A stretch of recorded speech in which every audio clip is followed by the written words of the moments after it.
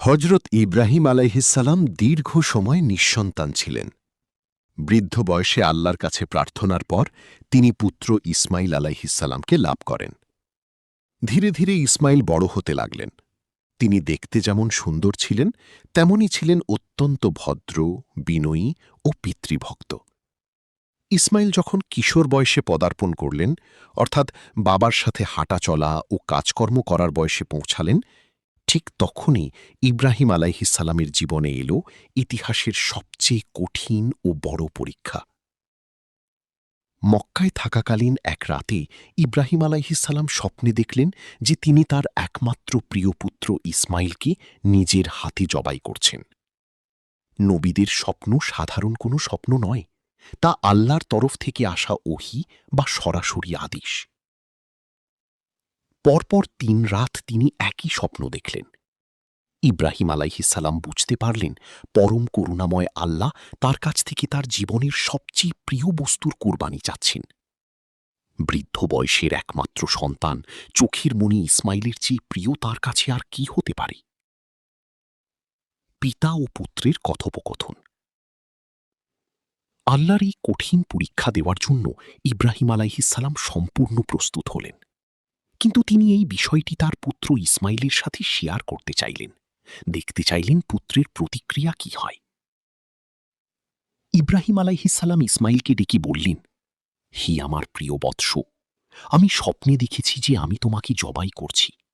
এখন বলো, এই বিষয়ে তোমার মতামত কি? একজন সাধারণ কিশোর হলে হয়তো ভয়ে কেঁদে উঠত বা পালিয়ে যেত, কিন্তু ইসমাইল তো সাধারণ কেউ ছিলেন না। তিনি ছিলেন একজন হবু নবী এবং ধৈর্যশীল পিতা ইব্রাহিমের যোগ্য সন্তান। পিতার কথা শুনে ইসমাইল আলাইহিসসালাম বিন্দুমাত্র ইতস্তত না করে অত্যন্ত শান্ত ও দৃঢ় কণ্ঠে জবাব দিলেন, হে আমার পূজনীয় পিতা, আপনাকে যে আদেশ করা হয়েছে আপনি সেটাই করুন। ইনশাআল্লাহ আপনি আমাকে ধৈর্যশীলদের অন্তর্ভুক্ত পাবেন। পুত্রের এই অভূতপূর্ব জবাব শুনে পিতা ইব্রাহিম আলাইহিসসালামের বুক গর্বে ভরে গেল। ইসমাইল আরও বললেন, বাবা, আপনি যখন আমাকে জবেহ করবেন তখন আমার হাত পা ভালো করে বেঁধে নেবেন, যাতে আমি ব্যথায় ছটফট না করি, এবং আমার রক্ত যেন আপনার কাপড়ে না লাগে। আর আপনার চোখ দুটি কাপড় দিয়ে বেঁধে নেবেন, যাতে সন্তানের প্রতি স্নেহের কারণে আপনার হাত কেঁপে না ওঠে।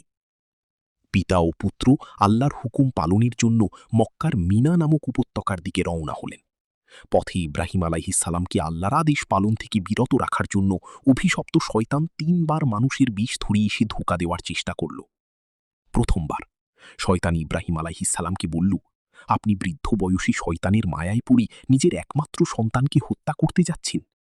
ইব্রাহিম আলাইহিসসালাম বুঝতে পারলেন এটি শয়তান। তিনি তাকে লক্ষ্য করে 7টি পাথর নিক্ষেপ করলেন। দ্বিতীয়বার শয়তান বিবি হাজেরার কাছে গিয়ে বলল, তোমার স্বামী তোমার সন্তানকে হত্যা করতে নিয়ে যাচ্ছে।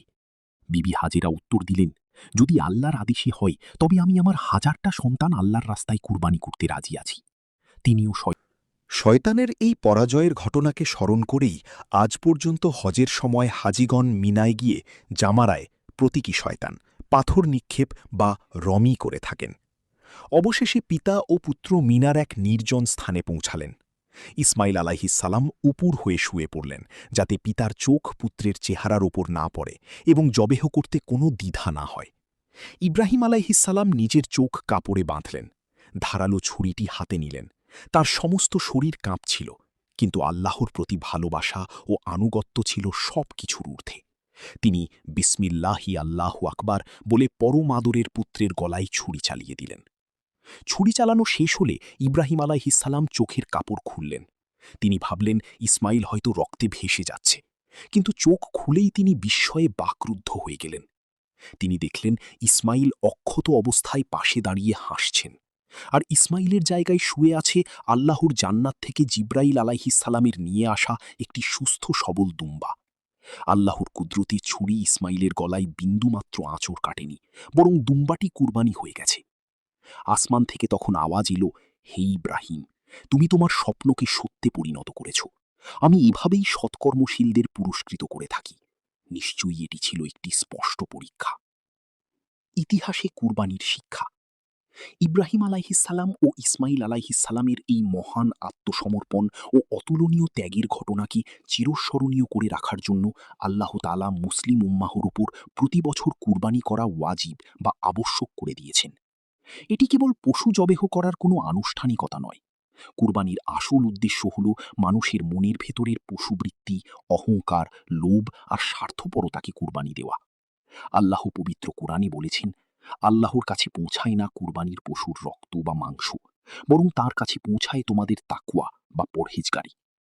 হাজার বছর ধরে চলে আসা এই পবিত্র ইতিহাস আজ আমাদের এই শিক্ষাই দেয় যে আল্লাহর সন্তুষ্টির জন্য নিজের সবচেয়ে প্রিয় জিনিস এবং নিজের অহমিকা বিসর্জন দেওয়ার নামই হল প্রকৃত কুরবানি।